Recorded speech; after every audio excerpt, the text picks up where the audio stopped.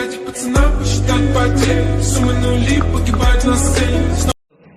to another episode of Complete JavaScript course. I am Cracks Ideas and today let's start our video. Now before we write any code, we need to install and configure a code editor. So a code editor is the main tool for any developer and we use it as the name says to write our actual code. And so let's now go download a code editor, and the one that I advise everyone to use is Visual Studio Code or VS Code for short. So this is in my opinion the best code editor by far. That not just my opinion. So VS Code is right now by far the most popular and most widely used code editor, and that is for a reason. It is simply the best and easiest to use, and of course it is completely free. Now there are alternatives if you don't like VS Code for some reason. So you can use Atom or you can use something like Brackets as well, which is the code editor that I used to teach a previous version of this course, but again I am going to use VS Code in the course. And so I really advise you to follow this course using the exact same code editor to make everything this course easier for you to follow. So again, this code editor is completely free for you. You can use it free forever, and it works on every platform. So just download whatever install you need for your own platform, then install of course that code editor on your computer, and once you done, come back to this videos so that you manage to install VS Code on your system. And as you open it up, it should look something like this. Now the color should probably all be different, but we will fix that in a second. And maybe this welcome screen also looks different because you might have installed the editor sometime after I recorded this video. But anyway, the main thing should still work the same. And so let's actually start by installing theme. So a theme is basically all the colors that you see are on the screen, and also the color is in the actual code that you are going to write. Okay, now you don't need to install a theme. So you can simply change one of the themes that is already included in VS Code.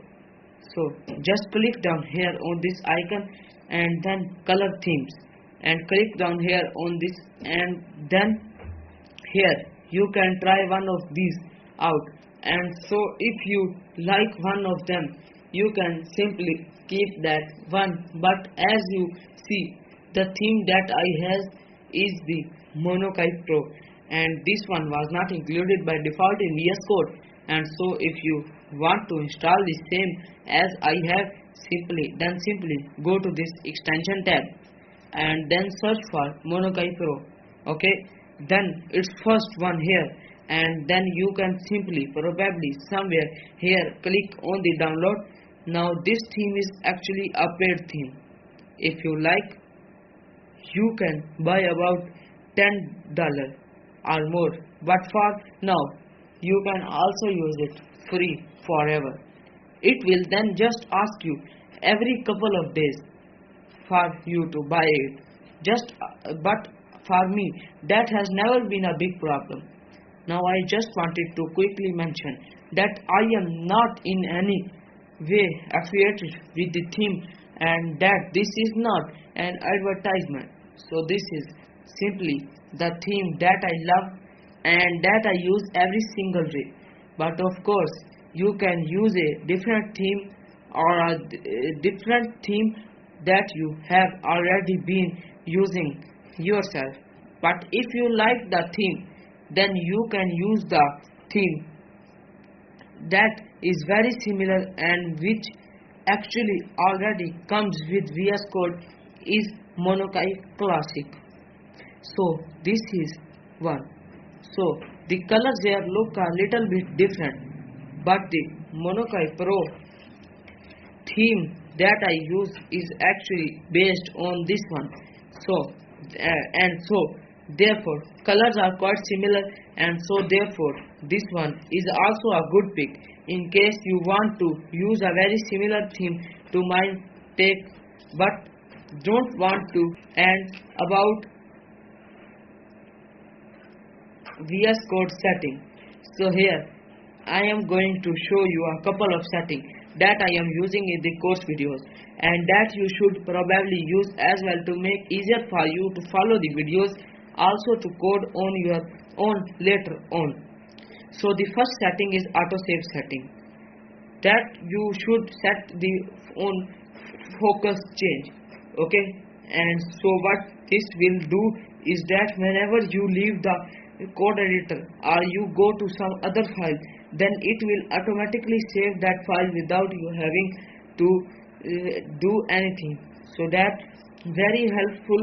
Now if this, you can simply search for everything, so you can simply search autosave like this and then again change it to on focus change, then the font size, but that's not really important for you. Then another one is multi-cursor modifier, and this sounds a bit weird, but you can simply set it to control command or you can leave it at alt.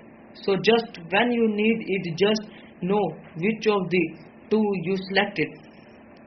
I will only start using it a bit later.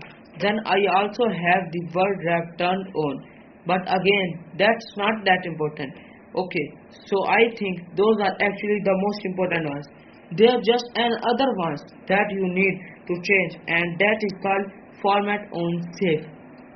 Just turn this on.